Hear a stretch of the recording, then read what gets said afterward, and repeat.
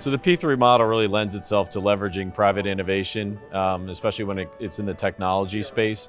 It's expertise that private telecom companies and developers can bring to bear in terms of whether it's commercializing broadband assets and providing some revenue, or taking over kind of the operations and maintenance for broadband services that the DOT might use for ITS or other technologies, cameras, things of that sort. So being able to, again, leverage the innovation of the private sector in the telecom space and incorporate that as part of more traditional road infrastructure projects, I think is a huge opportunity.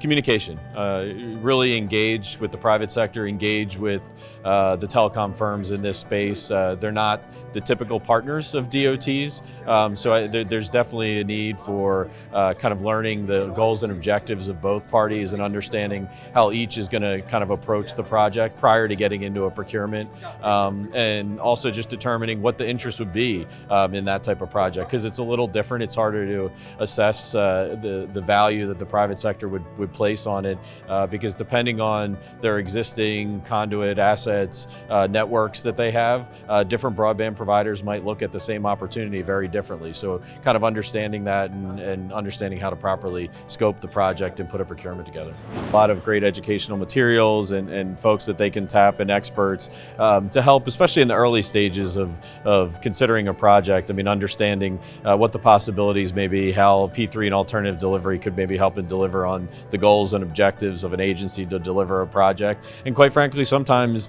the outcome of that conversation is a P3 doesn't make sense, and there's value in that. And so, I mean, just being able to tap those resources early on before you start spending a lot of money, before you start spending a lot of your political capital advancing a project, just understanding how the private sector is going to react to that opportunity if you were to go to market with it. This is Lisa Bouillon, Executive Director of AIAI. Reach out to us today to learn more about our complimentary P3 Direct program to find out ways in which we can support your efforts through education and information.